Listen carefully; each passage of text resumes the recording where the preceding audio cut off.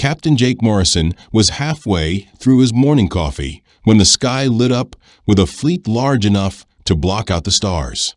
200 alien warships, each the size of a city, had just dropped out of hyperspace at the edge of Earth's solar system. They came with threats, weapons, and a message: bow before your new galactic overlords. But they weren't ready for what humanity would do next.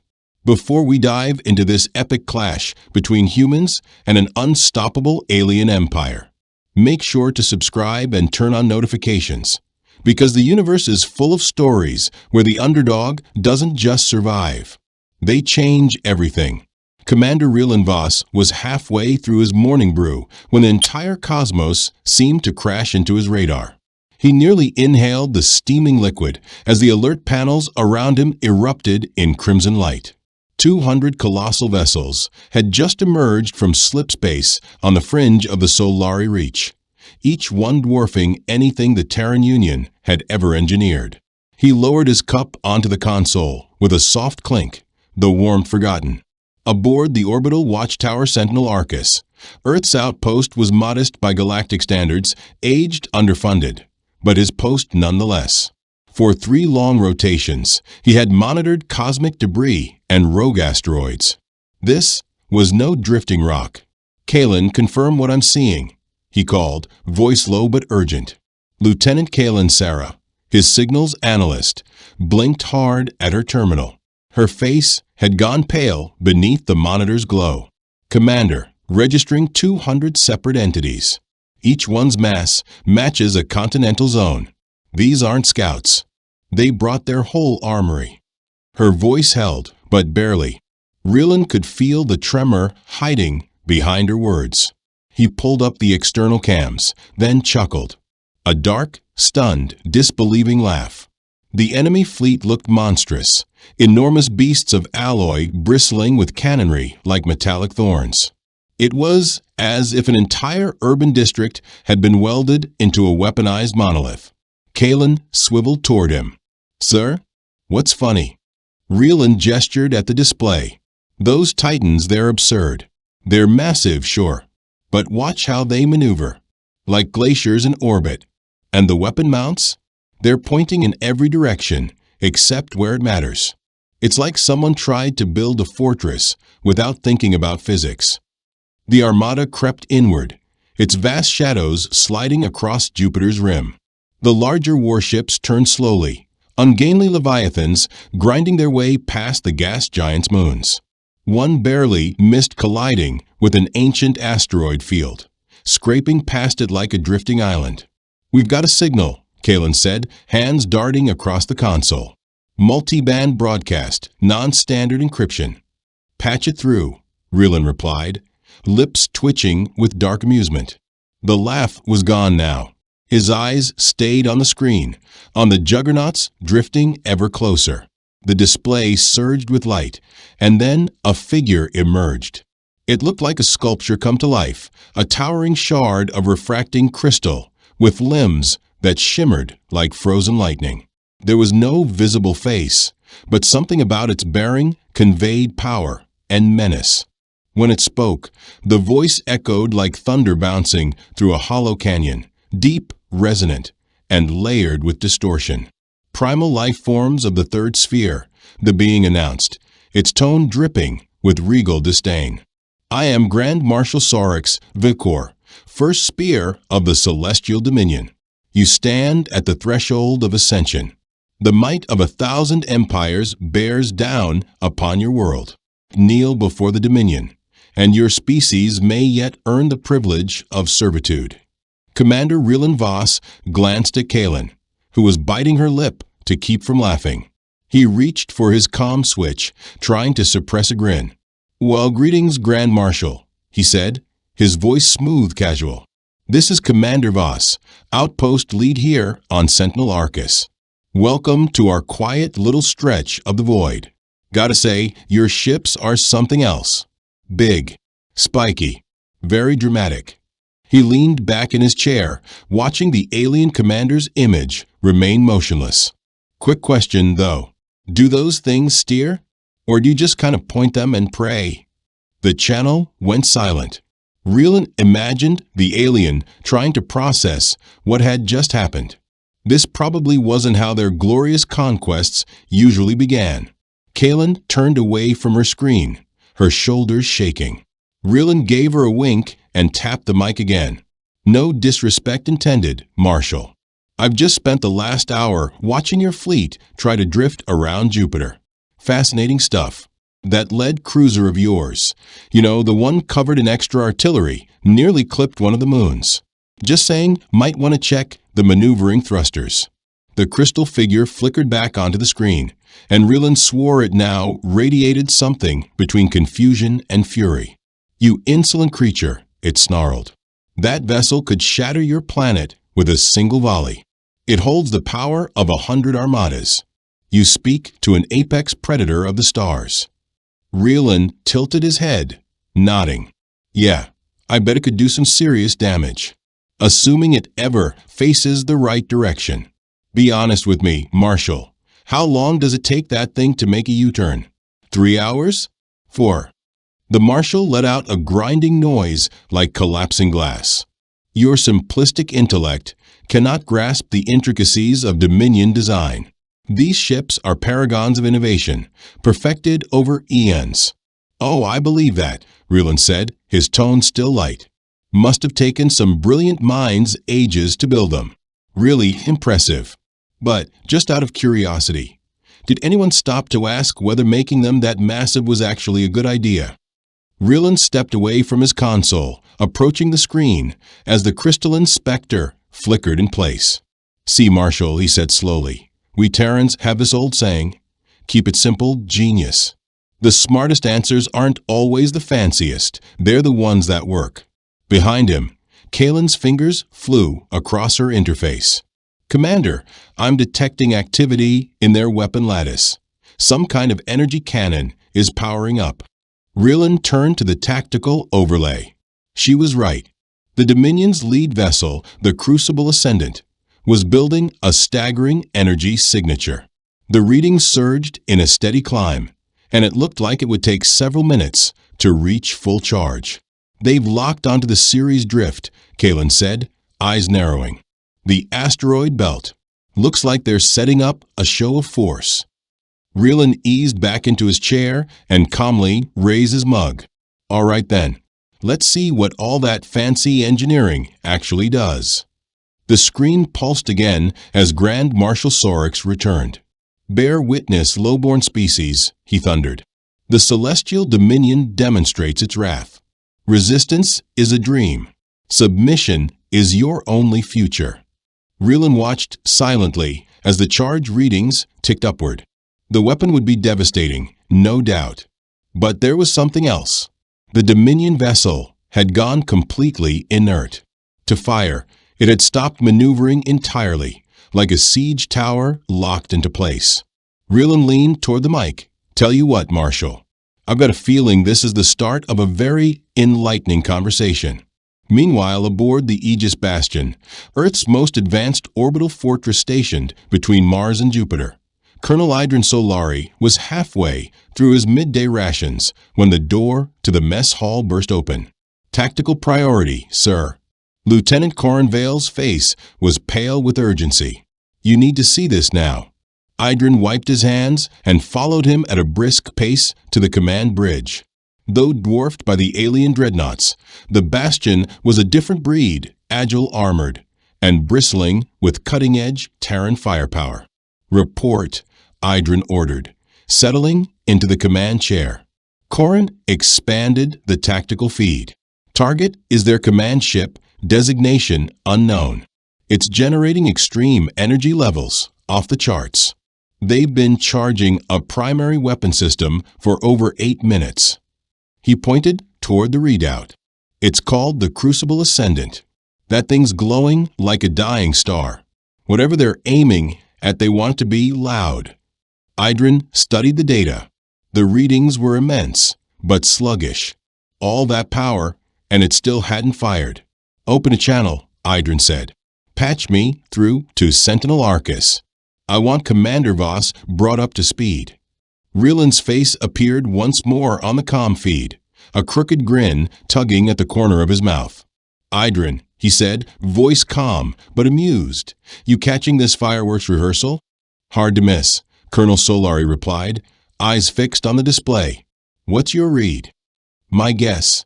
Rillan shrugged. "They're trying to spook us with theatrics. Scare us straight with a big boom." Idrin nodded. It tracked.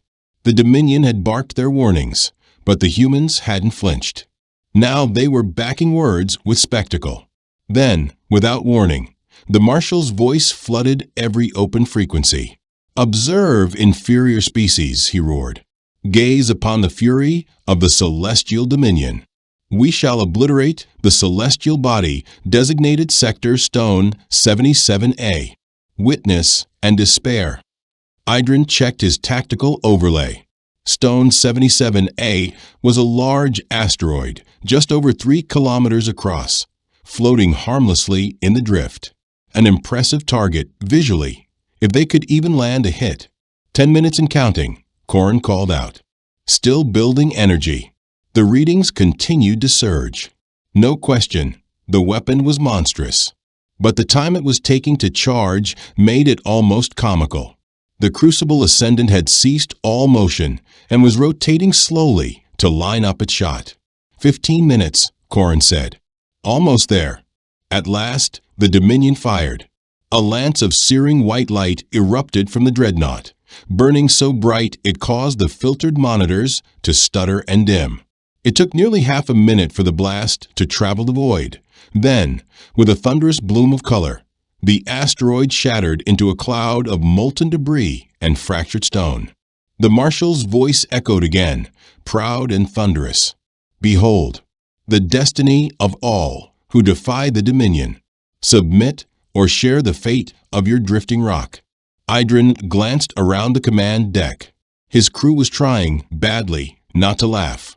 Even Corrin raised his hand, as if asking permission in a classroom.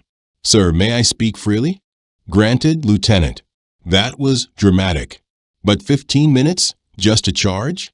And another 30 seconds for the beam to reach the target? One of our rail systems could have taken that thing out in 2 seconds flat. Idrin chuckled. Corrin wasn't wrong. The Dominion weapon had power, yes, but it was clumsy and sluggish. "You know what, Lieutenant?" Idrin said, standing up slowly. "I think it's time we return the favor. Show them what we call precision." Corrin lit up like a child unwrapping a birthday gift. "Really, sir? You want to show them the new rig?" "Light it up." He spun toward the weapons array with unrestrained glee. The Bastion's kinetic lance array was the cutting edge of Terran armament. No exotic beams. No glowing effects. Just raw, solid metal flung at impossible speed. "Targets locked," Corrin reported, eyes locked on the firing array. 3 asteroid bodies, similar mass to their demo target. Distance, 4,000 kilometers. "Authorize engagement," Solari said. "Fire at will."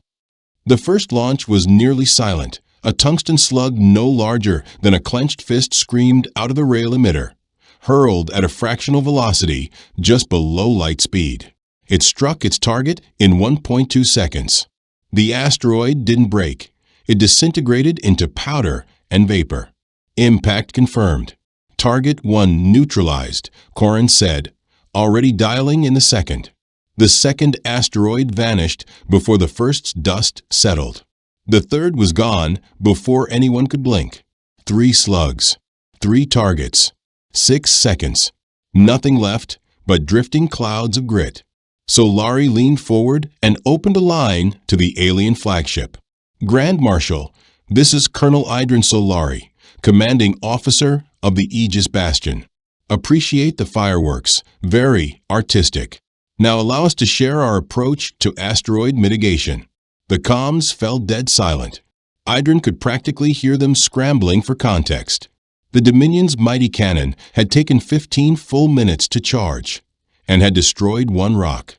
Earth's response had cleared 3 in 6 seconds. Rillan's voice crackled onto the shared frequency. "Sharp work, Idrin. Efficient. Clean." Solari smiled. "We do what we can." The Dominion's Marshal reappeared on the primary screen. The crystalline warlord didn't look triumphant now. He looked rattled. How did you inflict such rapid devastation using rudimentary kinetics? Our scanners registered no energy buildup, no charging protocols. Solari leaned back and folded his arms. Well, Marshal, we keep it old school. No glowing beams, no dramatic countdowns. We just take something small and launch it really, really fast. He paused, then added, turns out a dense object traveling at 1/10 the speed of light doesn't need a fancy payload. But the power requirements, the Marshal sputtered. Surely that level of acceleration demands astronomical energy. Where are your reactors? Your charge banks? Idrin glanced at Corin, who offered a half shrug. Capacitors and magnetic rails, Idrin said simply. Preload the energy. Hold it in place. Let physics do the rest. No warm-up. No delay. Just fire and forget. The Marshal said nothing. Just stared. Efficient little things, aren't they? Solari added. Elegant in their own way. No need for overkill when speed and timing win the fight. Corin's eyes narrowed. Sir, the Dominion fleet is shifting. They're adjusting formation. On screen, the alien ships began slowly realigning. The effort was awkward.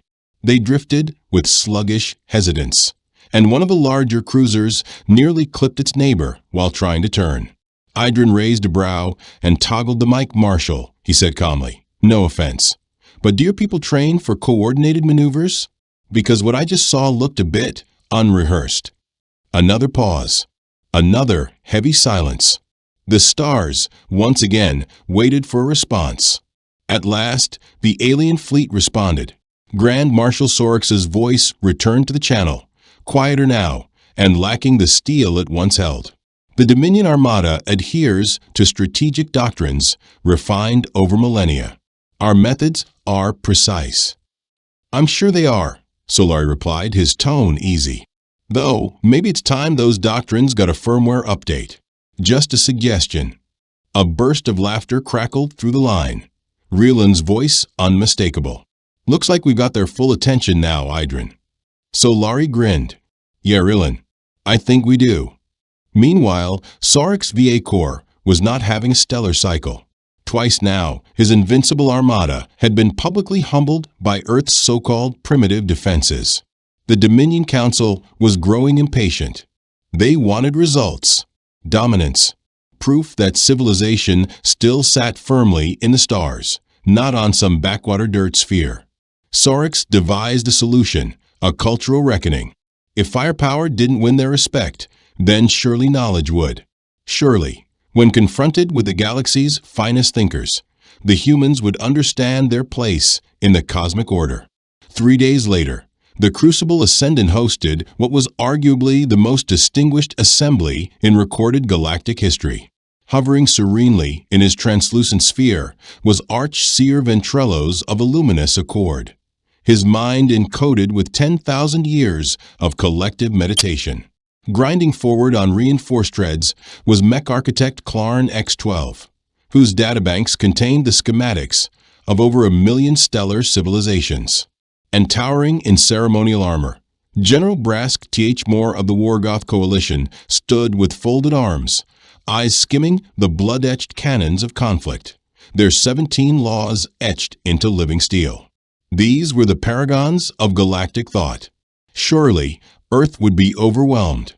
Meanwhile, on Earth, Dr. Benjamin Muir was stuck on the side of a highway. His truck had sputtered to a halt outside the launch facility, and he'd had to catch a ride with a passing vegetable farmer to reach the spaceport. Ben wasn't a scientist or diplomat. He was a veterinarian from rural Montana who'd signed up out of simple curiosity. After all, alien biology sounded interesting, and no one else had stepped forward. Maria Gonzalez was already aboard the orbital shuttle, flipping through her briefing materials. A middle school science teacher from Lincoln, Nebraska, she'd been selected because she had a gift for breaking down complex ideas to children. She figured aliens couldn't be that different from 13-year-olds. And in the rear compartment, Pete Iron Hands Johansson was elbow-deep in a control panel, cursing quietly. At 73, he was a retired mechanic with half a century of experience and zero patience for nonsense. "They're bringing ships," he'd said. "Someone's got to check their engines." The shuttle docked with the Dominion dreadnought. The trio was led into a towering chamber, the ceiling lost in shadow.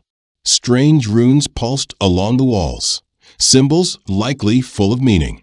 Arch-Seer Ventrellos drifted forward, eyes glowing like distant suns.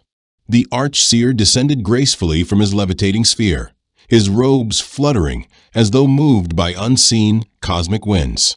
His voice, layered and melodic, resonated like 100 voices singing in perfect harmony. "Welcome, developing intellects, to the sanctum of enlightenment. For 10 millennia, the accord of the luminous has meditated upon the riddles of existence. Through that sacred reflection, we have uncovered the 17 pillars, laws that guide all who aspire to true civilization." He began to recite them, his words echoing through the vast chamber, amplified by unseen acoustics. The first pillar defines the noble hierarchy among species. The second details the posture and tone appropriate when addressing a superior intellect. The third explains the sanctity of adhering to legacy structures and protocol. Dr. Ben Muir nodded respectfully, his hands in his lap. After 20 minutes, he raised one hand like a student unsure of the rules. "Pardon me, Seer, but what if someone just doesn't follow them?" The Arch-Seer froze mid-chant.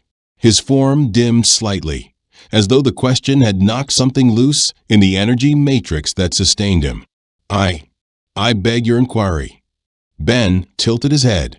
"The rules. What if a species decides to ignore them? Who exactly enforces these pillars?" Silence fell. In 10,000 years, no one had dared to ask such a thing. "But they are the foundation," the Arch-Seer said, uncertain now. "All evolved life must comply." "Says who?" Ben shrugged. "We've got laws back home, too. Some are common sense, like don't steal someone's livestock. But others are just weird, like the one where you're not allowed to whistle on Sundays in certain towns. People ignore the silly ones all the time."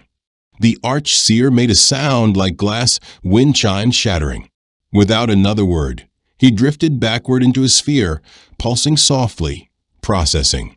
Next came Mech Architect Clarn X-12, who rolled forward with mechanical precision.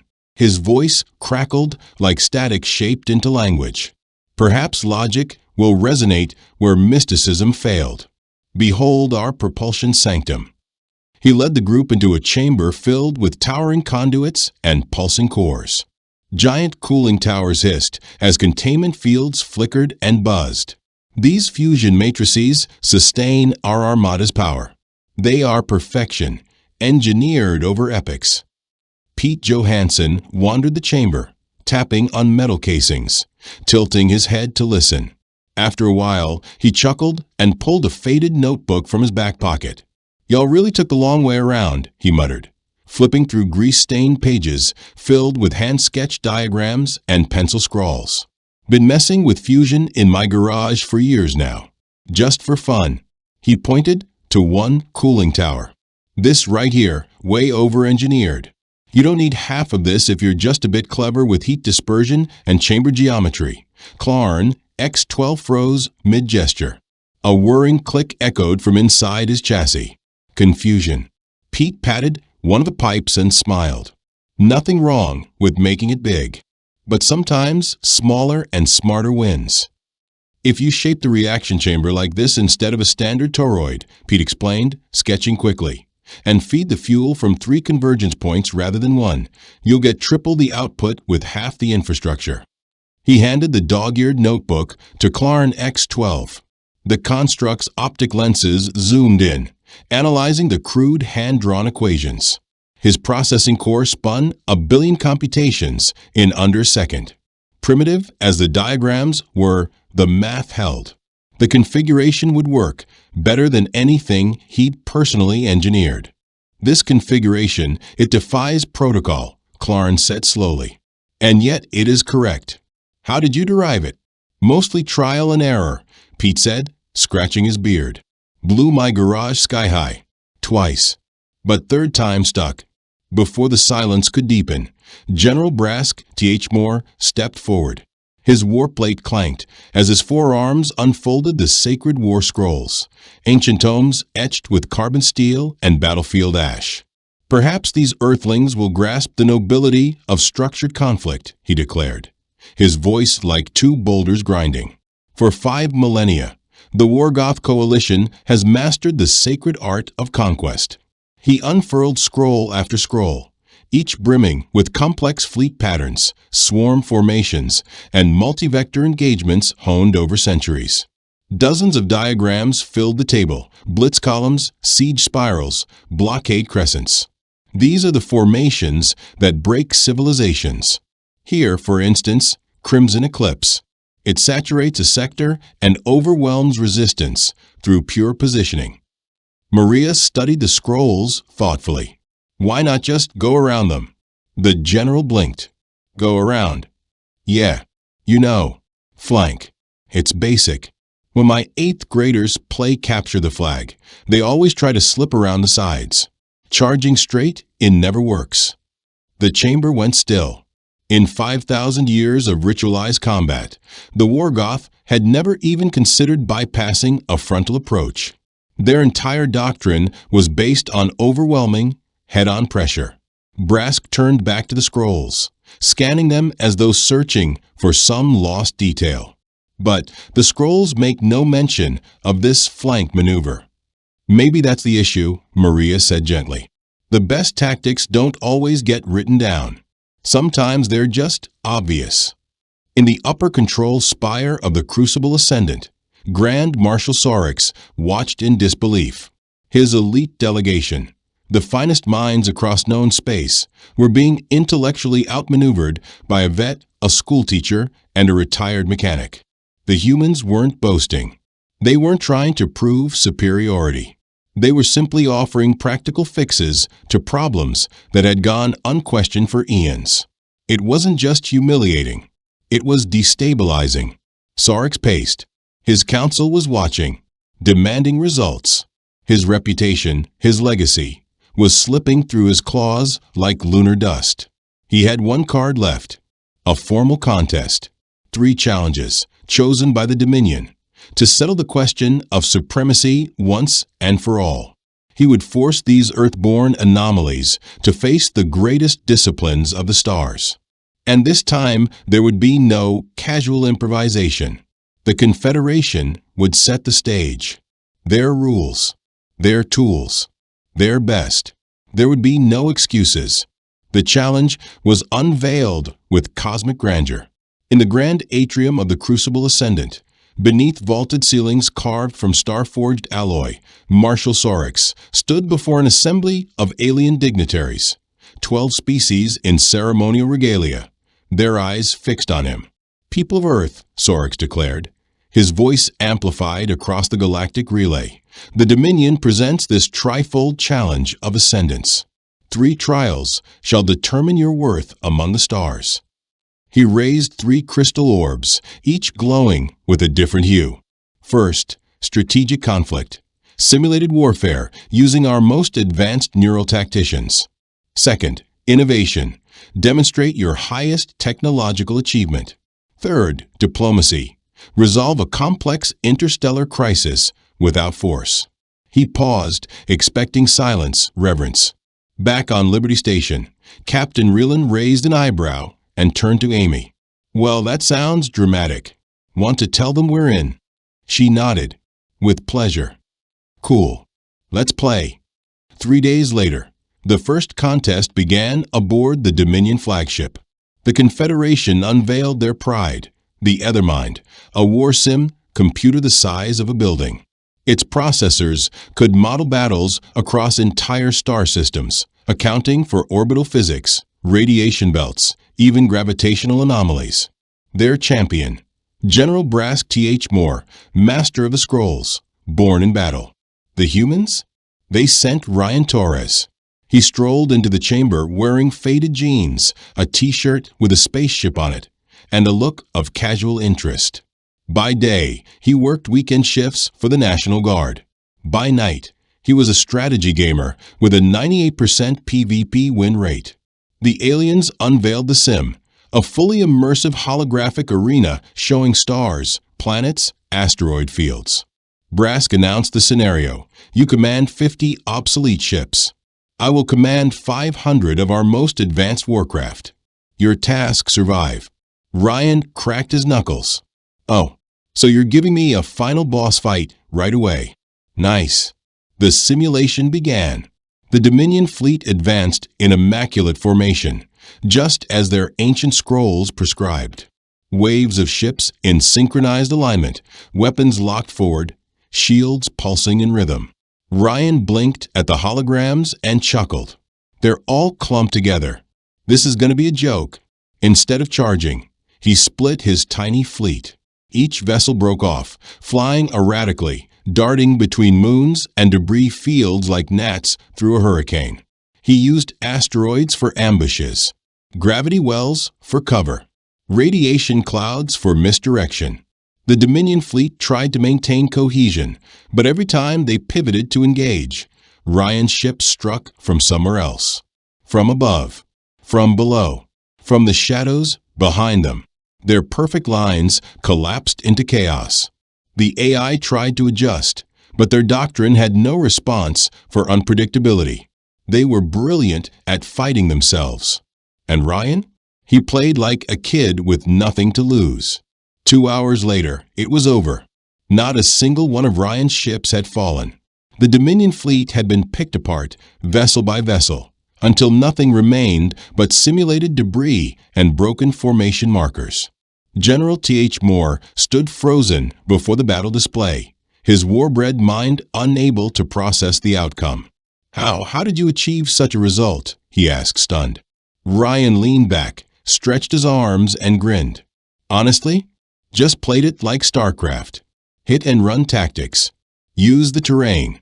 Stay unpredictable. Real basic stuff." He paused. "You guys ever play StarCraft?" The silence was answer enough. The second challenge, technological innovation, took place the next day. The problem: develop a galaxy-wide, faster-than-light communication network. The Dominion assembled a think tank of epic proportions. 17 species contributed. Equations unfolded across multidimensional light panels. Their solution involved quantum entanglement stretched across interdimensional harmonics. 4 hours of dazzling math and technical jargon that required 3 holoscreens just to summarize. Representing Earth, Dr. Nancy White. She was 26, a PhD candidate in theoretical physics at MIT. When not running lab simulations, she taught entry-level courses to help cover tuition. Nancy sat quietly during the presentation, jotting notes in a battered spiral notebook. When they finished, she raised a hand. "That's wow. Really impressive work. But can I ask something?" The lead physicist, Dr. Vexer of the Crystalline Collective, inclined his crystalline head. "Of course. Have you tried making the quantum particles bigger?" Confused murmurs rippled across the alien delegation. "Larger particles?" Vexer asked. "Quantum effects only operate at subatomic scales. Expansion would negate entanglement." Nancy pulled out a napkin from her lunch tray and started sketching. "Right, that's what I thought too. But I started wondering, why? What if you adjusted the harmonic resonance field to allow quantum coherence at a macro scale? The math checks out. Here, look."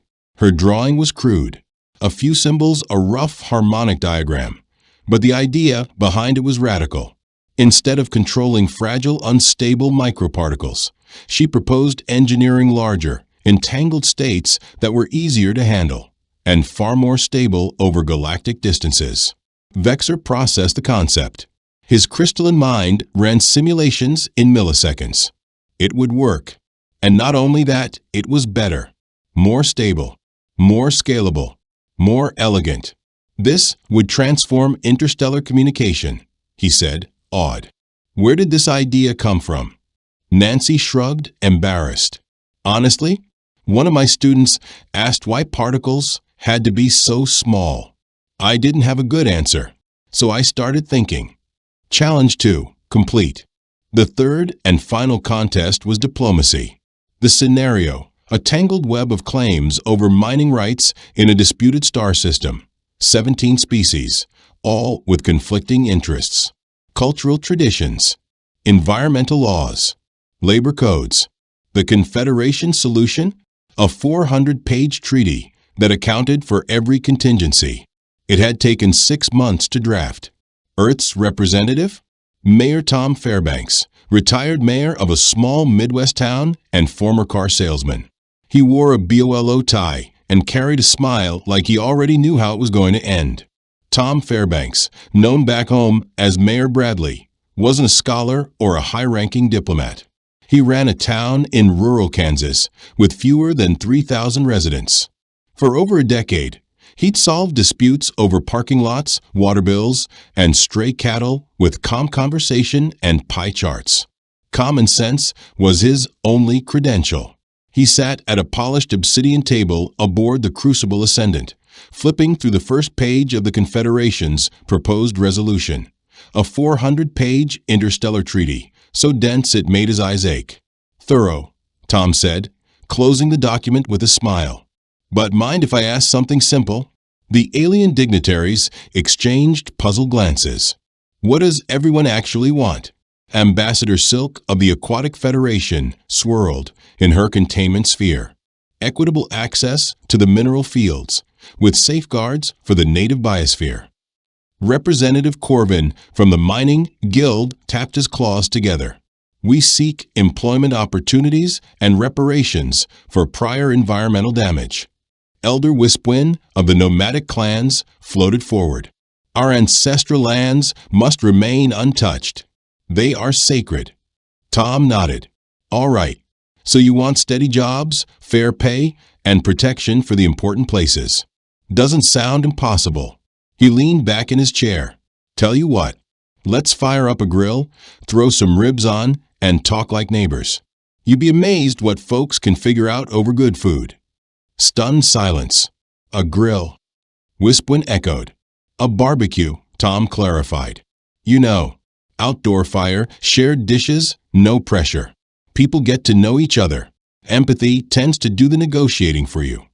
And with that, Tom pulled out his phone and started organizing. Within 3 hours, he'd arranged the impossible. Earth's finest pitmasters were beamed aboard the Dominion's flagship. Each alien group was invited to bring their own cuisine, from vapor-fried plankton to glowing root fungi. What followed wasn't a negotiation. It was a 6-hour feast.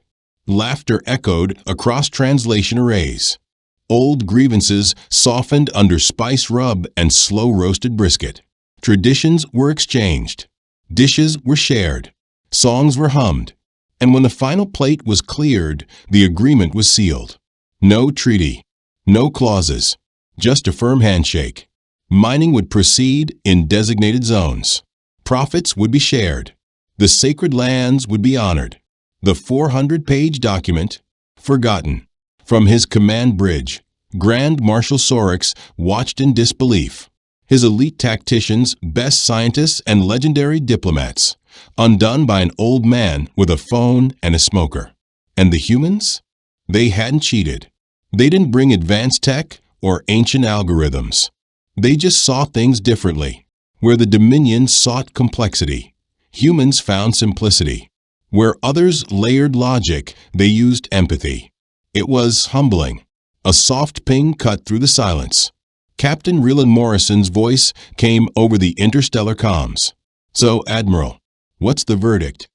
Marshal Sorix exhaled slowly, his voice almost reverent. You won. All three. There was a pause. Rylan chuckled. Neat. So now what?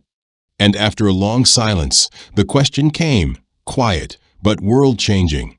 Would you be willing to teach us? Commander Julia Parker had one of the most unusual jobs on Earth, translating military objectives into something ordinary people could actually understand. She was chosen for this meeting not for rank, but for clarity, and because she never backed down, even when standing toe-to-toe with alien brass. The meeting didn't take place in a grand chamber this time. Marshal Sorix had learned his lesson.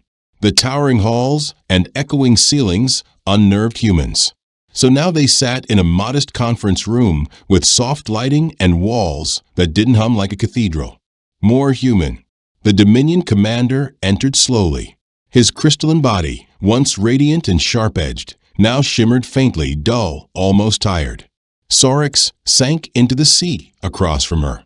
"Commander Parker," he began, his voice dimmer than before, "on behalf of the Galactic Confederation, we concede. Your kind has bested us in every challenge." He paused. "But I must understand. How? How can a civilization as young as yours outperform ones refined over millennia?" Julia took a moment. She folded her hands.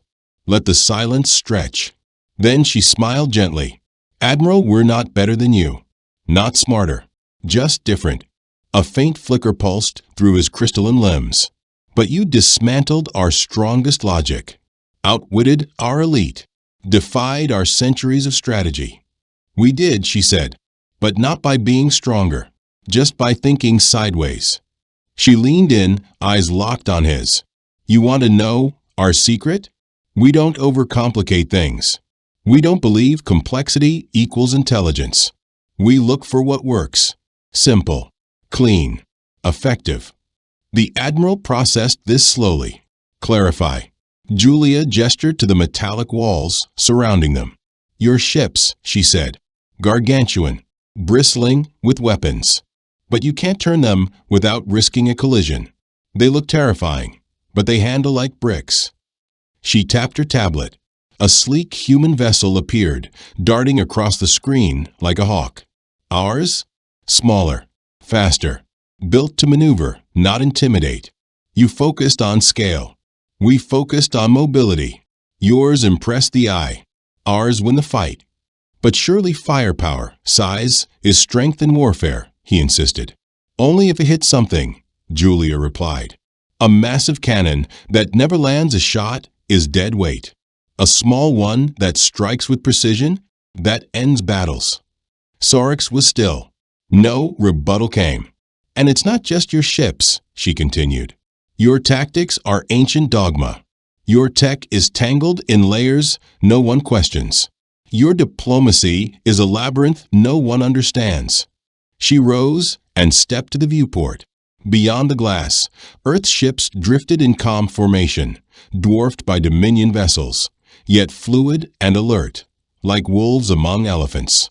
"You want to know your real problem?" she asked quietly. The Admiral turned toward her, expectant. "You're so busy proving how advanced you are, you forgot to ask if it actually works." And in the silence that followed, the Dominion's greatest warrior realized he hadn't lost to superior weapons or ancient wisdom. He'd lost to honesty. "That's the real issue, Admiral," Julia said softly, not unkindly. "You forgot how to learn." Marshal Sorix tilted his faceted head, his crystalline features dimmed by the weight of her words. "We are a highly advanced civilization," he said, almost defensively. "We have academies on 1,000 moons, universities on gas giants, libraries encoded in starfields." Julia nodded. "Impressive. But tell me, when was the last time someone in your hierarchy stood up and asked, 'Does this still make sense?'" The Admiral stared into the table's holographic grain. Time passed in silence. When he finally answered, his voice was nearly a whisper. "Many centuries ago. Perhaps longer." "There it is," Julia said. "That's the problem. You perfected the form of knowledge and forgot its purpose. You've preserved traditions so tightly. You've choked the oxygen out of curiosity." Just then, the door hissed open. A blur of movement skittered inside. Zip, youngest member of the Dominion envoy, entered the room in a flurry of chittering limbs and iridescent wings. The insectoid youth from the hive clusters had been eavesdropping. His antennae quivered with eagerness. "Commander Parker," he burst out, "is it true that human offspring are taught to challenge authority?" Julia laughed. Oh, absolutely. Sometimes they challenge everything, even the rules we just made up. And you allow this? Zip asked, astonished. We encourage it, she said, smiling. It's how we grow. We want each generation to ask hard questions. That's how we get better. Zip's compound eyes shimmered. Could you teach us this questioning? This resistance? Marshal Sorix's crystalline body tensed, ready to object. But Julia raised a hand gently. Admiral, she said, maybe that's exactly what your people need. A generation raised to explore outside the box, not to destroy your traditions, but to test them. The Admiral's glow flickered, uncertain. But we have maintained order for millennia by adhering to protocol. And look where it brought you, she said gently. Ships that can't pivot. Weapons that charge like old engines. Strategy scrolls that collapse the second someone improvises. She sat back down, eyes steady. We're not saying throw out everything. Just open a few windows. Let some new air in. Silence fell again, deeper this time. Finally, Marshal Sorix spoke. What would you need to begin teaching us? 3 months later, on the fusion decks of the Dominion's capital cruiser, Pete Johnson was flat on his back beneath a humming reactor core. Alien engineers surrounded him, their metallic limbs twitching with anticipation. Pete, smudged with grease and whistling a country tune, adjusted a plasma regulator with a wrench older than most starships. See, the trouble with you folks, he said, tightening the bolt, is you think more pipes means more power. He tapped the containment coil. Nope. Just route the juice straight through here. Skip all the extra junk. Engineer Clank 7's optics flashed. Primitive, but brilliant. Clank 7 rumbled across the engineering bay, gears humming softly beneath his alloy plating. But Master Pete, he said, confused. Our safety regulations mandate 17 independent failsafes per reactor chamber. Pete didn't even glance up from where he was elbow deep in circuitry. Exactly. That's why your power cores are the size of shopping malls. He chuckled, wiped his hands on a rag that had seen better decades, and flicked a switch with a satisfying click. Trust me, I've spent half a century blowing things up in my garage. Eventually, you learn what actually matters. On Deck 6, in what used to be the Dominion's Sterile Medical Research Lab, Dr. Ben Murphy was giving a crash course in alien anatomy by teaching basic veterinary medicine. He stood in front of a collection of curious healers, beings made of gas, crystal, or translucent jelly, all observing his demonstration with wonder. The trick is, Ben said, drawing a crude sketch on a hollow board. Anatomy is just variations on a theme. Whether you've got 3 hearts or 1, 10 lungs or none, the fundamentals stay the same. Dr. Harmonic Pulse, a healer from the Crystalline Collective, flickered in pastel light. But each species requires unique care protocols. Ben nodded. Sure, but the logic's identical. Keep the vital parts working, fix what's broken, and don't poke things unless you know what they do. I've treated everything from pythons to ponies. This isn't all that different. Meanwhile, what was once a formal war planning chamber had been transformed into something else entirely, a classroom. Maria Gonzalez stood at the center, referee of a heated capture-the-flag match involving war generals, tacticians, and at least one philosopher. Flags were flying. Dignity was not.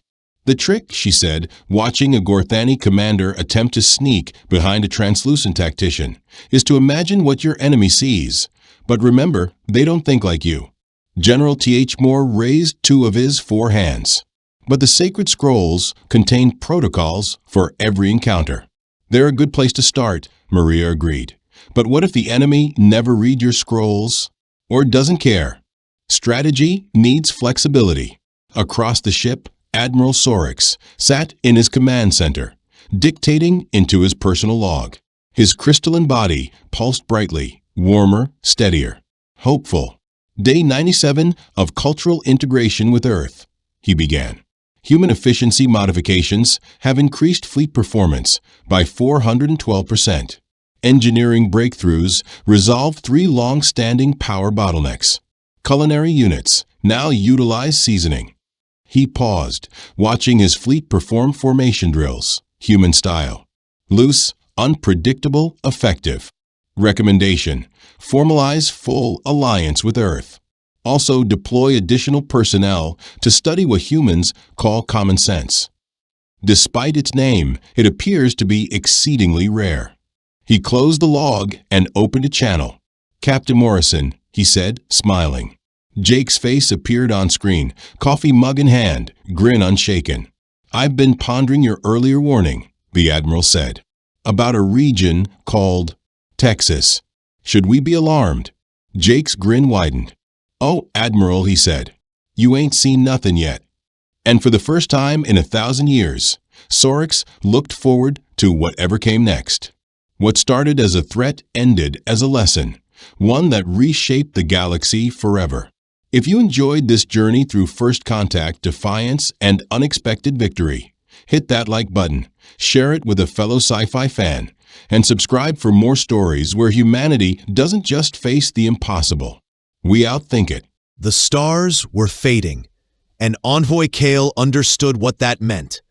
He stood alone on the viewing platform of the Alliance command vessel, watching another civilization perish. The planet below had once housed 3 billion Zalari citizens. Now, just a charred husk, lifeless, cold, erased. The Skarn Devourers had swept through in less than half a day. Now, there was only silence and ruin. Kale's 4 limbs trembled as he held the communicator. The signal he was preparing to send might bring salvation, or spell final destruction. For weeks, the Interstellar Assembly had argued over this exact decision. The idea itself was so volatile that even mentioning it bordered on sedition. But they were out of time. They were going to summon the Deathborn. The humans from Terra 3 were the stuff of whispered legend. In the recesses of spaceports and war rooms, tales circulated of a race so inherently combative they had made their deadly world a crucible of survival. Us. Terra was a hellscape. Venomous beasts, carnivorous forests, and violent storms that struck without mercy. And still, these humans didn't just live there. They dominated it. Every rational species avoided death worlds like plague. The few that hailed from such places were deemed erratic, volatile, impossible to negotiate with. Galactic law had long forbidden interaction with deathborn species. Until today, those laws had felt justified. Kale pressed the send key. The transmission was blunt, raw, and filled with urgency. It held their coordinates, a basic language codec, and one desperate appeal. One hope. Exactly 72 hours later, Commander Dean Keller was sipping burnt coffee from a dented mug on the bridge of his long-haul scout cruiser. The Vigilant Spear wasn't flashy by Earth standards, but it got the job done, charting the fringe systems for the past 5 years. Keller's most thrilling encounter so far had been a drifting cargo ship near Saturn. That changed instantly when his comms technician, Ensign Riley Voss, snapped upright. "Sir, we've got incoming chatter. Frequencies unknown," Voss reported, eyes wide. "It's coming from beyond the Kuiper Belt." Keller set down his mug slowly. Until this point, all First Contact drills had lived in textbooks and wargames. Every EDF officer knew them. None had expected to need them. "Run it through the lexicon," he ordered, "and get Lieutenant Nia Zhang up here." Now, the audio that spilled from the speakers shattered everything they thought they knew. The voice wasn't human. Its cadence strange, syllables unpronounceable, but the translation AI did its job. "This is the Zalari Union, emissary of the Celestial Assembly. We are collapsing. Our skies burn. Our youth vanish into the void. We have exhausted our science, our minds, our means. We seek warriors. We plead for those who know war, not theory, but reality." We plead for the humans of Terra 3. Will you come? Keller's expression froze. His gaze remained fixed on the speakers as the data stream continued. Star charts, distress markers, and visuals that made his pulse spike. Barren planets, cities in ruins, corpses without count. Zhang arrived moments later, tugging on her duty coat. She was Earth's premier combat tactician, a veteran who dissected every conflict humanity had endured, from ancient tribal clashes to the orbital sieges of the 22nd century. "Play it again," she said, already analyzing the intel. "Again," she commanded softly after the message ended. They played it 3 more times. With each viewing, the horror became harder to stomach. Captain Nia Zhang was the first to speak. Her voice was low, but unwavering. "That thing they're up against? It doesn't parley, doesn't stop, doesn't think in terms of surrender or mercy." She pointed to the combat footage. "Look at how they fight. The Zolaris still cling to structure, formations, rules of engagement. Pause. Their enemy doesn't even understand what a rule is." Commander Dean Keller gave a grim nod. He'd fought enough battles to recognize hopeless odds. "So what do we tell them?" Zhang didn't hesitate. "We tell them the truth, that humanity fights dirty." Within a few hours, the distress call had reached Earth's top brass. Supreme Commander Naomi Grant called an urgent meeting of the Unified Security Council. Military strategists, government leaders, and scholars packed into the Situation Chamber, voices overlapping in heated debate. Some suggested humanitarian aid. Others pushed for diplomatic outreach. A few argued for complete silence, worried that exposing Earth to extraterrestrial powers could bring catastrophe. Commander Grant sat quietly through it all, and then she stood. Her voice silenced the room. "They didn't beg for rations. They didn't ask for doctors. They didn't plead for peace envoys," she said sharply. "They asked for soldiers. They asked for us." Objections came instantly. Fear gripped the room. No one knew what kind of war this truly was, or what humanity was truly walking into. Zhang rose to address them again, datapad in hand. "I've reviewed their war logs. The invaders, these things they call Vorax, have annihilated 47 planetary systems in the last solar cycle alone. They're not pausing. They're not tiring. And the coalition? They're losing ground fast." She activated a star map, displaying swarming red lines. The Vorax spread. It looked like blood creeping across the stars. "At this pace," she continued, "they'll enter Sol-controlled space in just over a year and a half. We have 2 choices: fight now with partners and on their turf, or wait and fight alone, at home." A silence fell, cold, crushing. Commander Grant made the call. "Send the reply. Mobilize the warfleets. Let's show them who we are." 2 days later, Commander Keller stood aboard the Resolute Flame, the message Earth had crafted stored in the ship's AI. With him were diplomatic delegates, elite combat units, and enough firepower to send a message. The moment was historic. The Resolute Flame would be the first Terran vessel to cross into intergalactic space under wartime orders. Keller reread the brief communiqué he was tasked with delivering. It was unambiguous, blunt, unapologetically human. "We got your distress call. We're en route. When we arrive, the war ends, one way or the other." The Resolute Flame leapt into hyperspace, dragging behind it the desperate hopes of a burning universe and the uniquely savage promise of Earth's aid. Back home, the world's largest military infrastructure ignited. Ships launched, weapons were tested, sleeper units were awakened. The universe had asked the Deathborn for assistance. Now it would see what that really meant. Lieutenant Colonel Adrian Reeve had served in conflicts before, but nothing in his experience had prepared him for this. He stood rigid on the command deck of the Echo of Dawn, a coalition science cruiser. Outside the panoramic viewport, an entire world gasped its final breath. The planet, once known as Seraphis Prime, had held over 8 million sentients. Now, it was being erased. Vorax bioships writhed across the surface, not flying so much as oozing over mountains and oceans. They weren't machines. They were nightmares given form, living constructs with no architecture, no cockpit, no visible limits. They poured across the planet like liquid death. "How long do they usually take?" Reeve asked, unable to look away. Commander Velian, a Zalari scientist, stood beside him. Her translator device clicked as it prepared to speak. The translator buzzed as it converted his words.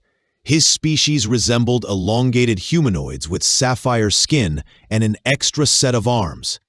For a planet of this scale, the harvesting cycle takes roughly 6 to 8 hours, explained Commander Threx. The Vorax operate with terrifying precision. Lieutenant Colonel Darian Holt watched in grim silence as an entire metropolis vanished beneath the inky flood. 8 million lives, erased in under a day.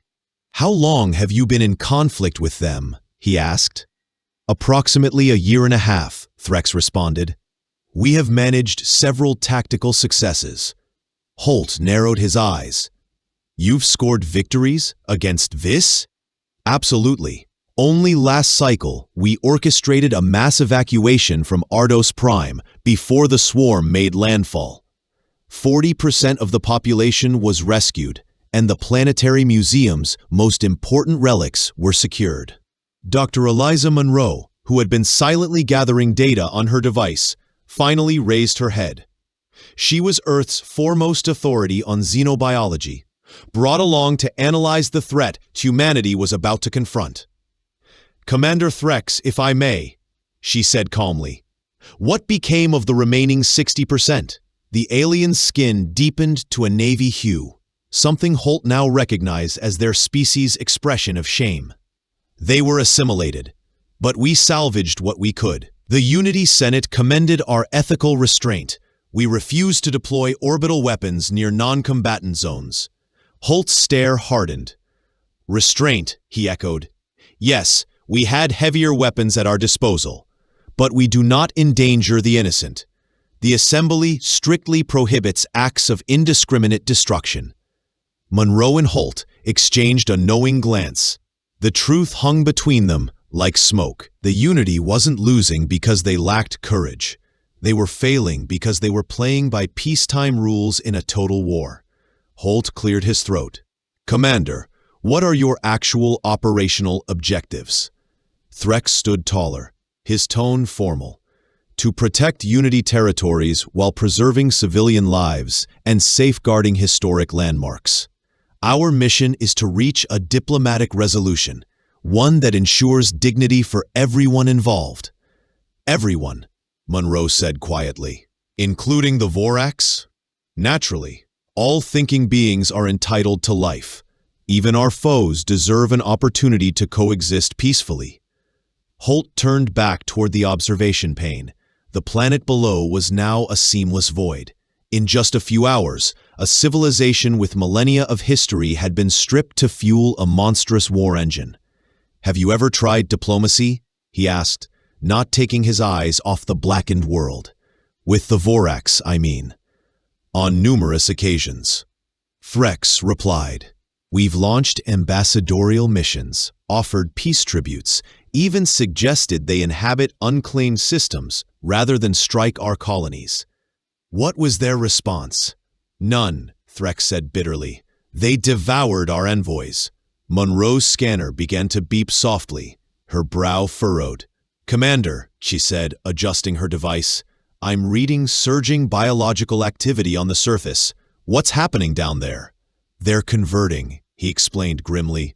"The biomass is absorbed, repurposed into vessels and used to generate more Vorax. Metals and elements are integrated into their growing fleets. In 2 days," he added, they'll have doubled their current force. A cold fury twisted in Holt's chest.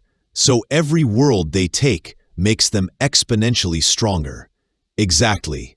That's the core challenge we face. Each loss isn't just a setback, it's a gift to them.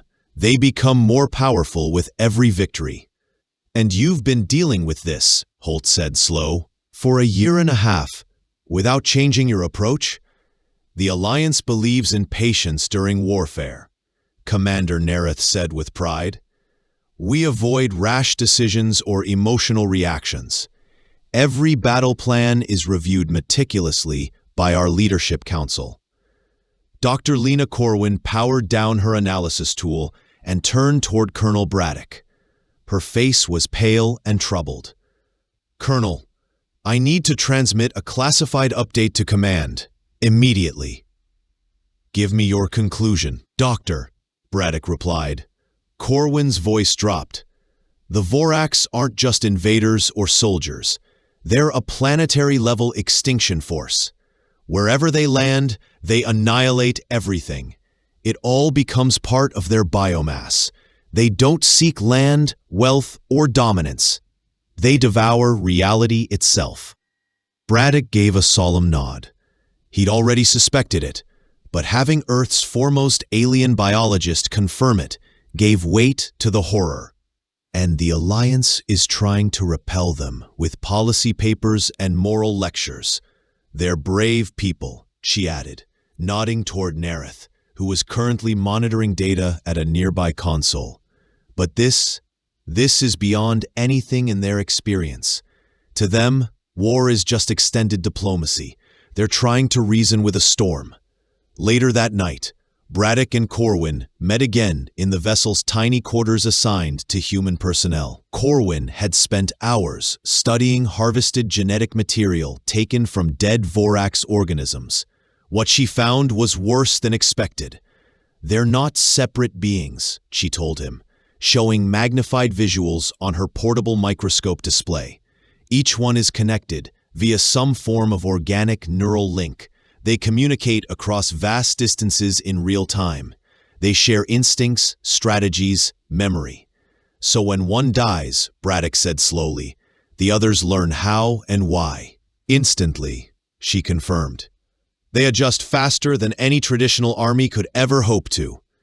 If we manage to destroy even a single one with a prototype weapon, every other Vorax unit in existence immediately knows how to resist that attack.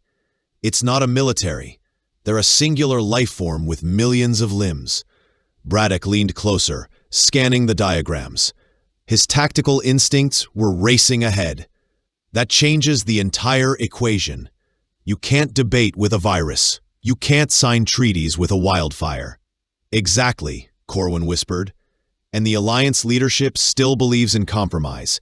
They're trying to negotiate with a force that only sees them as biomass to recycle. That night, Braddock filed his field report back to Earth. It was concise, stripped of emotion, but packed with heavy implications, just the way High Command preferred it. But his judgment was dire. The Alliance had no future. Not at this rate. Their starships were being picked apart across dozens of sys. Their colonies devoured. Their hope fading.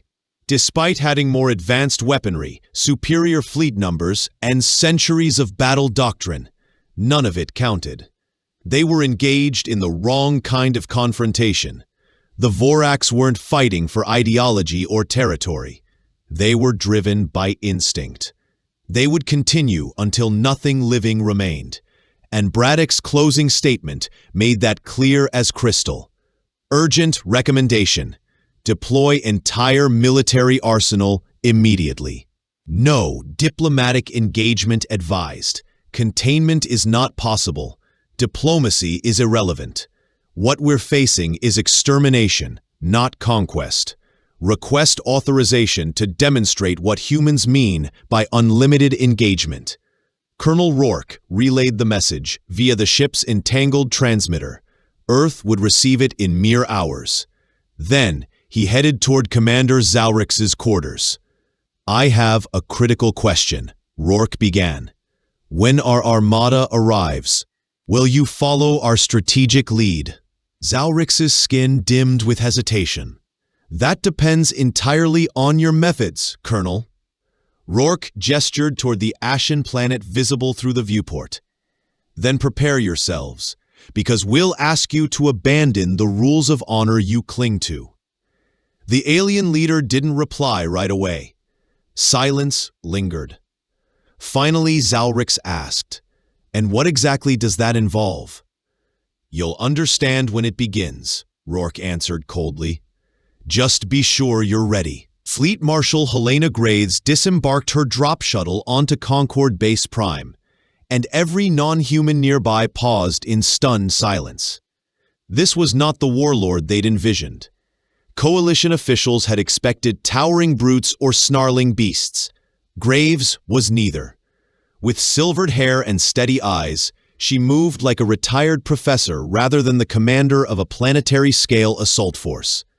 But that illusion wouldn't last long. Trailing her were 500 troops, soldiers, engineers, and tactical officers. Their movements were disciplined, quiet, efficient. Their sealed cargo held technology unreadable by Coalition scans, and Earth's military had firmly declined requests to open their armaments for inspection. Within the conference center, Supreme Envoy Falrin waited.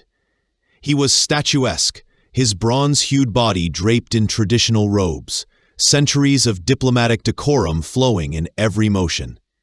Around the oval chamber sat leaders from a dozen species, each representing a branch of the Interstellar Alliance, strategists, generals, and elected officials. "Marshal Graves," Falrin began, his translator providing flawless English, "we are deeply grateful for Earth's immediate support. We seek a resolution that benefits all parties." Graves didn't waste breath on pleasantries. "I've reviewed your incident logs. This isn't a conflict.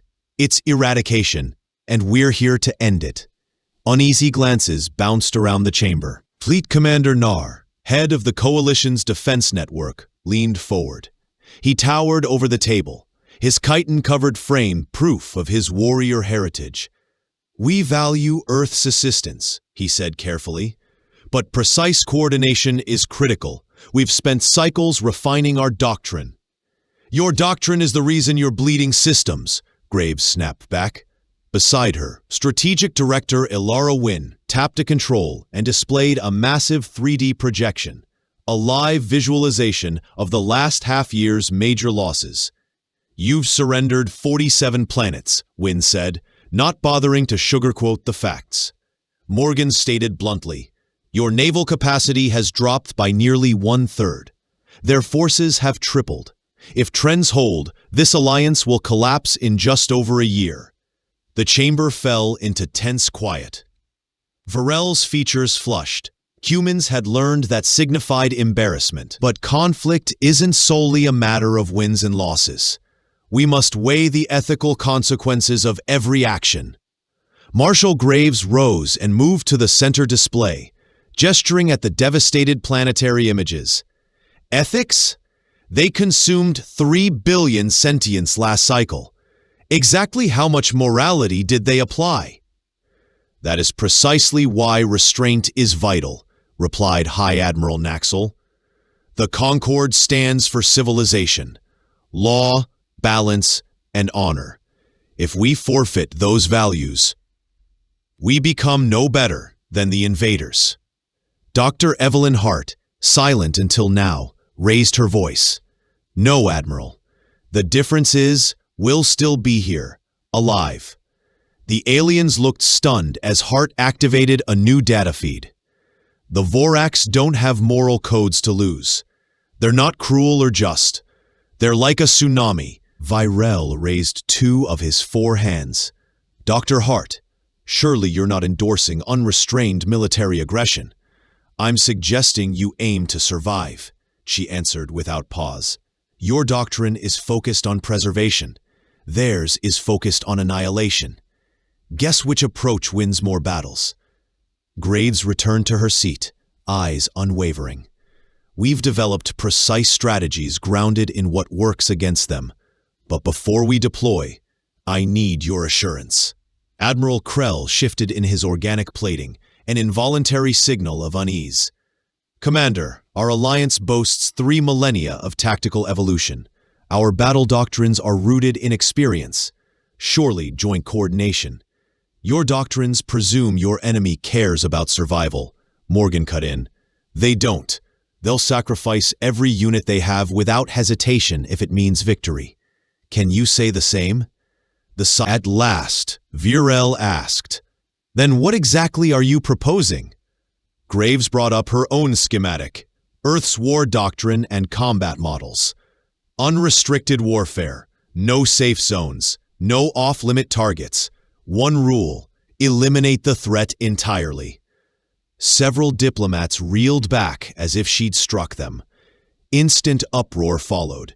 Shouted objections, panicked tones, a storm of translations clashing in the air. Graves waited until the storm passed.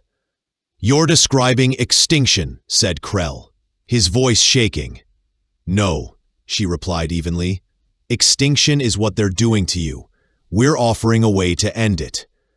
For the next 3 hours, the Earth delegation explained their campaign. It was brutal, yes, but it worked. Rather than shielding vulnerable colonies, they'd track and dismantle every Vorax swarm. Instead of avoiding casualties, they'd target— "But what of the ethical cost?" Virel asked. "How do we explain such destruction to our citizens?"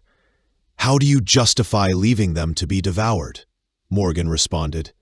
"Every second you hesitate, another civilization falls. Every breath you waste worrying about appearances, another star system burns. Every moment you debate ethics, another million Concord civilians are devoured by the Vorax." The first test arrived faster than anticipated.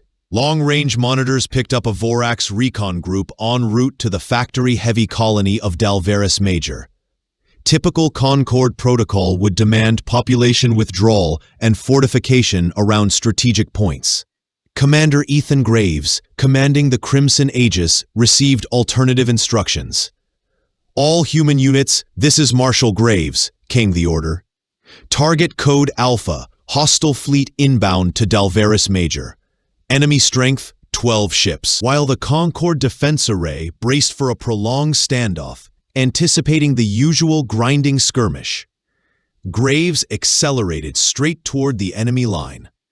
Trailing behind was the Valkyrie, led by Captain Lucas Wren, followed by 3 more Terran vessels. Their formation didn't resemble a blockade. It looked like wolves hunting cornered prey. Supreme Admiral Thaurin, observing from his command bridge, stared at the display in disbelief. What are they thinking? They're outnumbered 3-1. The screen showed the human ships piercing the Vorax formation head-on. The bioengineered alien ships moved to intercept, assuming easy conquest. They had never engaged humans before. Graves' crew had dissected every fragment of data Concord xenobiologists had scraped together on the Vorax. They knew exactly where to— More importantly, they understood the Vorax had no experience facing a species fighting not for honor, but for annihilation. The Crimson Aegis wasn't equipped for mercy. Its payloads weren't calibrated for disabling. They were engineered to vaporize. When Terran torpedoes collided with the Vorax hulls, there were no escape pods, no crippled ships, no distress signals, only wreckage. Within 20 minutes, the entire recon unit was shredded. Not a single human vessel had even been breached. On Concord Central Hub, the military leadership watched the playback in absolute silence. They had seen what they previously believed to be impossible: a flawless triumph against the Vorax. "How?" whispered Admiral Varnus. "They didn't hold back," Dr. Hart answered. "No hesitation, no rescue operations, no proportional response, just calculated elimination." Marshal Graves rose from his chair. "That was a minor encounter. When the Terran main fleet arrives, we'll— of what humans do when they go all in." As the Terran delegates left the chamber, Virel called after them. Marshal, what you did today, was that truly necessary? Graves paused at the threshold. Counselor, you've asked the wrong question for a year and a half. You keep asking, what's right? You should be asking, what keeps us alive? The Vorax already answered it. Outside in the corridor, Morgan matched pace with Graves. Think they'll adjust to our tactics? Graves shook his head. They can't. It's not in their design. That's why they reached out to us in the first place. And if they try to limit us? Morgan asked. Graves didn't blink. Then they'll understand why humans don't lose, because we don't quit until the threat is ash. Everything shifted the day humanity stopped playing it safe. Commander Elias Ward stood at the nerve center of Outpost Sigma, the first Terran stronghold planted deep inside contested territory. 3 months ago, the colony known as Horizon Reach was choking under constant pressure. For nearly a year, Alliance troops had been steadily retreating, losing yard after yard as the Vorax tide swallowed entire cities. Then the Terrans arrived, bringing a new philosophy on how to wage war. Status check, Ward barked toward his tactical officer, Lieutenant Jonah Reeve. All Vorax units neutralized in zones 7 through 12, Reeve confirmed. Our engineers are planting demolition charges along the tunnel grid. We'll have the subsurface networks purged in under 6 hours. Ward turned to the central map table. The surface of Horizon Reach was dotted with thousands of red blips, each a former enemy site, now silent. Just 72 hours prior, those dots had glowed green, signaling active Vorax nests that Alliance forces had failed to breach for months. The change? Simple. Terrans didn't siege positions. They obliterated them. From below, her combat gear smeared with black crust, rotted remains of Vorax biomass. She looked battered but fierce. Subterranean zone is clean, sir, she reported. My squad eliminated roughly 200 hostiles, including multiple brood hives. 0 friendly losses. Ward regarded her with silent admiration. Lang's unit had cleared tunnels the Alliance had labeled unassailable. Dozens of prior attempts had ended in carnage, hundreds dead. Lang's fire team of 13 had ended the threat in one sweep. How'd you manage that, Sergeant? Ward asked. The Alliance lost entire battalions in there. Lang pulled off her helmet, her young face soaked in sweat but steady. Sir, they tried to preserve the tunnels, to take ground and minimize destruction. We weren't interested in capturing anything. We just went in and made sure nothing came out alive. Turns out, that's way simpler. Alliance liaisons had watched the human ground offensive unfold with a cocktail of dread and awe. Their soldiers advanced cautiously, wary of civilian structures and trying not to overstep ethical lines. Terrans operated differently. They didn't clear houses. They leveled them. They didn't secure sectors. They purged them. Dr. Evelyn Morrow entered the command hub holding a tablet brimming with sensor readouts and biological scans.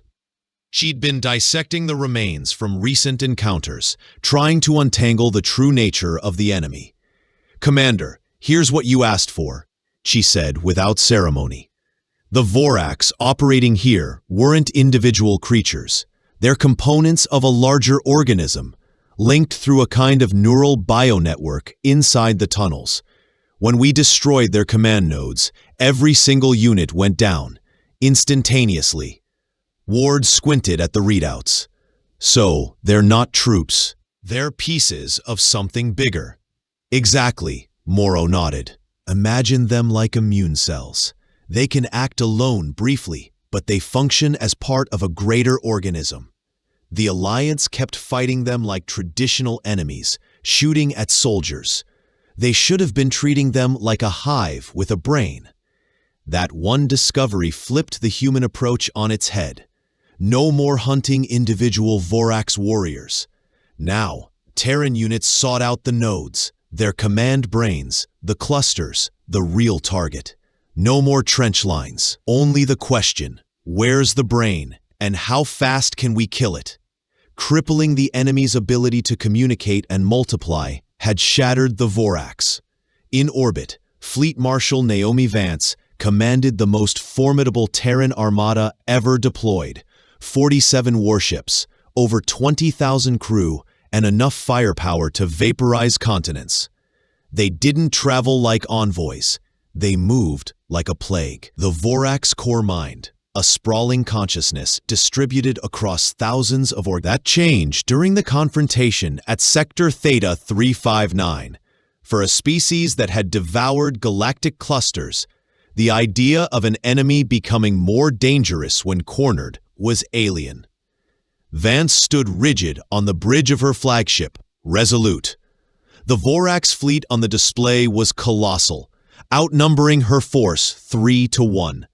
Any strategist would have advised retreat. Terrans weren't strategists, they were executioners. All squadrons, Vance broadcast.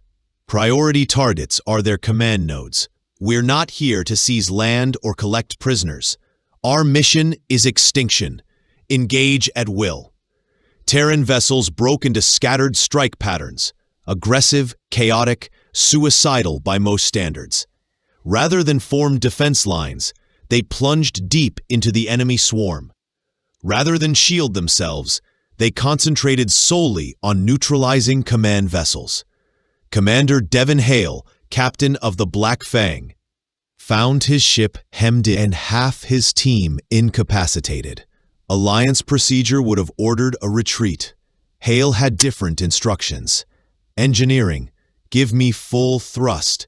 Everything we've got, he snapped. Nav, plot a direct impact vector. That big bastard's our target.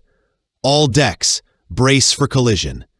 The Black Fang rocketed forward, aimed like a bullet at the enemy's central ship, a grotesque biomechanical leviathan pulsing with command signals.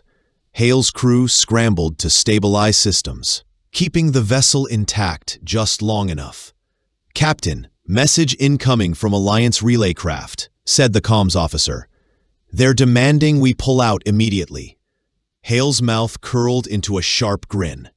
Tell them Terrans don't retreat. We just attack from unexpected angles. The Black Fang slammed into the command ship at full burn, detonating in a blinding eruption that lit space across a dozen sectors. Human strike teams swept in, targeting the dazed remnants with ruthless precision. The battle raged for hours. When the guns finally fell silent, every Vorax ship had been eradicated. 8 Terran ships were gone. But they'd done what the Alliance thought impossible, obliterated a numerically superior force. Inside the mind space of the Vorax hive, the Queen consciousness recoiled in confusion. It was the first catastrophic loss in generations. It began withdrawing, pulling forces away from fringe systems, regrouping in safer sectors. Something ancient, alien, and all-consuming had finally met an opponent it didn't know how to digest. Understanding an enemy willing to annihilate itself rather than accept loss required a shift in thinking. Back on Horizon Delta, Commander Rylan Graves received a priority communication from the Allied Galactic Council. Commander Graves, APC Command requests immediate clarification of Terran combat procedures. Our field teams report that your units are utilizing strategies which appear to disregard multiple interstellar combat agreements. Please explain. Graves stared at the screen in silence before replying. To AGC Command, he began, speaking into the terminal. Terran doctrine is straightforward. We locate hostiles and remove them. Entirely. No hostages, no ceasefires. No mercy for enemies who only return stronger. If this contradicts your ethics, perhaps your ethics need a reality check. He paused before adding, one more thing. Remove any of your personnel from disputed regions. When our main offensive launches, we can't ensure their survival. Terrans don't fight to make statements. We fight to finish wars. That evening, Graves stood atop the auto deck of Outpost Omega, gazing into the void. Out there, past the orbiting moons and dead satellites, the largest, Earth-born armada, ever assembled, was on the move. It was preparing to do what the AGC had failed to do for a year and a half: eliminate the Varnak threat, once and for all. Dr. Evelyn Shaw stepped beside him at the viewport. "The AGC's terrified of us now," she murmured. "They think we're becoming like the Varnak." Graves didn't look away from the stars. "Maybe we are," he said. "But at least we have a choice in how far we go. And how far is that?" He looked down toward the scorched plains of Horizon Delta, where Terran fire teams were methodically wiping out all remaining traces of alien corruption. "We stop," he said, "when there's nothing left to eliminate." Above them, stars shimmered, silent, unaffected by the slaughter raging beneath them. But for the first time in a long, brutal campaign, the Varnak were afraid. They had discovered something worse than themselves. 6 months after first engagement, the Varnak Collective ceased to exist. Commander Rylan Graves walked slowly through the Remembrance Garden at the heart of Horizon Delta. He ran his hand across the polished stone wall, tracing the engraved names of the fallen. Each etching belonged to a Terran warrior who had perished fighting for worlds they never knew, for people they never met. 12,000 names, a price Earth had willingly paid to give the galaxy a chance at peace. The garden was still. No sounds but the wind brushing through the saplings planted by AGC reclamation teams. They'd spent weeks decontaminating the surface after the Varnak plague had been scrubbed from existence. Restoration would take decades, but at least Horizon Delta had a future again. Dr. Shaw found Graves sitting alone on a curved bench, eyes on the stone monolith at the center. She didn't speak right away. She didn't have to, because sometimes victory doesn't sound like cheers. Sometimes it sounds like silence, finally earned. She held a tablet in her hands, its screen filled with her final analysis of the war. A document destined to be sealed under the strictest secrecy and hidden deep within Earth's most secure vaults. "The shuttle departs for Earth in 2 hours," she said, taking a seat beside him. "Are you ready to leave, Elijah?" Captain Elijah Ward stared at the engraved names on the remembrance wall. "Do you think we're saviors or destroyers?" "Maya? Probably both," she answered instantly. "But does it even matter anymore?" "The Alliance seems to think it does," Ward replied.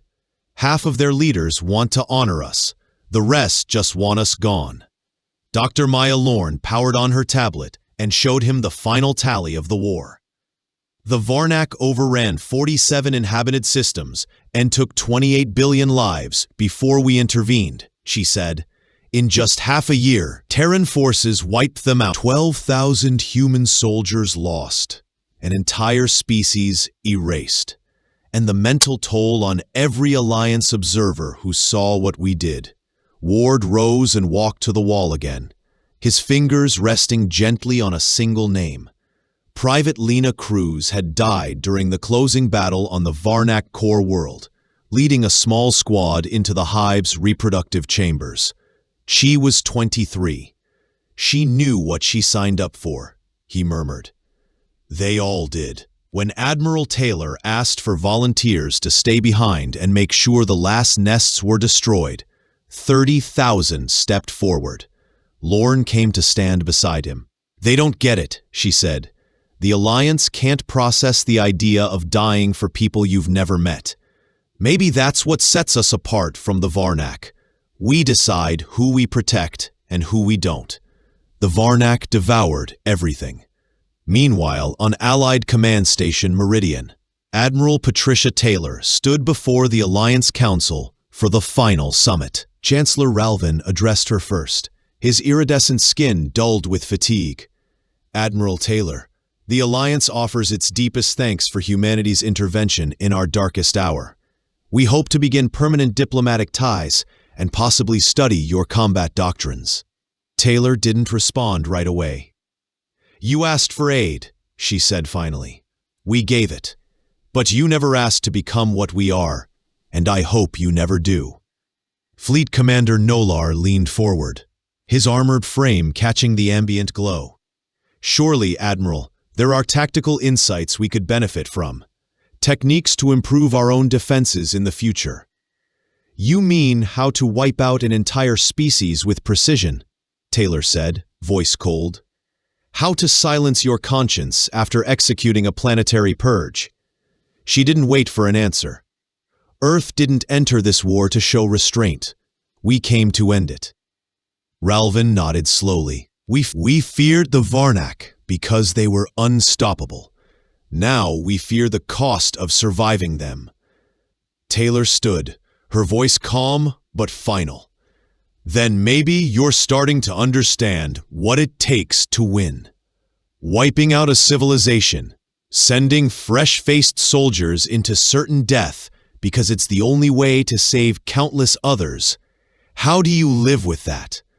No one from the assembly spoke. Briggs went on, voice soft but steady. "We never intended to train you to fight like Terrans. You shouldn't have to. The moment you all gone," Briggs confirmed. "They were devouring everything in their path. Sometimes there's no noble option left. Sometimes it's survival or extinction." Commander Noah Reyes stepped into the chamber, handing Briggs a coded relay from Earth Central. She scanned the message, then addressed the Council. "We've received formal instructions from Terran High Command. All Earth forces are to exit Alliance territory at once. We're heading back." The Council looked stunned. Admiral Sharik spoke first. "General, surely maintaining a minimal human fleet presence would aid long-term galactic security." Briggs raised a hand to stop him. "We arrived to fix a crisis. The crisis is over. Our part is done." Dr. Leon Wen, seated toward the rear, stood and folded her data slate under her arm. "So, the Alliance is writing up new legal frameworks for contact with worlds like ours, right?" Velrin's face flushed a deeper shade as he hesitated. "The Council is reviewing future policies regarding engagement with high-threat biospheres. You're making it illegal to reach out to Earth unless the stars are literally dying," Lee said flatly. It wasn't a question. "The Meridian Pact," Sharik admitted. "We have agreed that Earth will not be contacted again unless the galaxy faces an existential-level crisis that can't be handled through ordinary military action." Briggs nodded slightly. "That's wise. Some lines should only be crossed when there's no light left." As the Terran group rose to leave, Velrin called out one last concern. "General, what if someday Earth decides to conquer rather than protect? What if you choose to become what we just saw destroyed?" Briggs paused in the doorway. "You called and we came, not for power, not for conquest, but to help. That's the line that defines us. We decide when enough is enough." 3 days later, the final Earth warships left Alliance space. Commander Reyes stood at the helm of the Steel Horizon, watching distant alien planets fade from view. His vessel had been the first to respond when the galaxy cried for help, and now it would be the last one to turn away. Now it stood among the final ships to depart. "Any second thoughts, Captain?" asked his signals officer, Ensign Drew Matthews. Reynolds considered the question deeply. "We preserved over 200 billion lives, Drew. Stopped 12 intelligent species from vanishing. The universe is free of a plague that had swallowed entire empires." "That's not what I meant," Drew replied. Reynolds turned to the framed portraits along the command deck walls, images of fallen crew members, young souls who'd never walk on Earth again. "I regret it had to be done. I regret we were the only ones who could do it. But I don't regret standing up when no one else could." Meanwhile, on Earth, Dr. Eliza Monroe finalized her top-secret evaluation within a high-security research bunker beneath Defense Command. Her closing thoughts would be viewed by a select few and then buried indefinitely. Human combat proficiency proved overwhelmingly lethal against a species-level existential danger, she wrote. However, the mental toll on our forces and the unease we caused in our allied civilizations means such action must remain a final measure. She paused, remembering the Remembrance Garden on New Solstice and the etched names along its walls. Then she resumed, "We are the antibodies of the cosmos.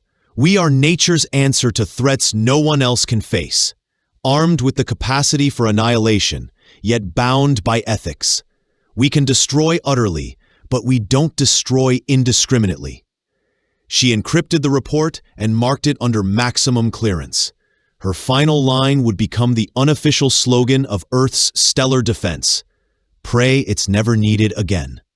6 months afterward, the Alliance unveiled a tribute in the heart of their galactic capital, unadorned obsidian, bearing a singular message translated into every known dialect. "To the people of Earth, who came when we called and stopped when we asked, may such assistance never again be necessary." Buried in Coalition High Command's most classified databank, a contingency plan was drafted, codenamed Protocol Last Dawn. It listed only one destination: Terra, Solar Sector. The directive was blunt: open only in the face of total annihilation of all intelligent life in the known galaxy. Humanity had departed, leaving behind a realm secured, appreciative, and quietly haunted by what it had witnessed. The Alliance would grow, explore, and flourish across millennia. And in the deep shadows of space, when children whispered tales of the horrors that once devoured entire planets, their parents would respond with stories of different beings who came from a world of oceans and skies and made the first monsters vanish without a trace. The fighting had ceased. Humanity had prevailed. But as the galaxy would eventually understand, victory is simple. Living with what it demands is far more difficult.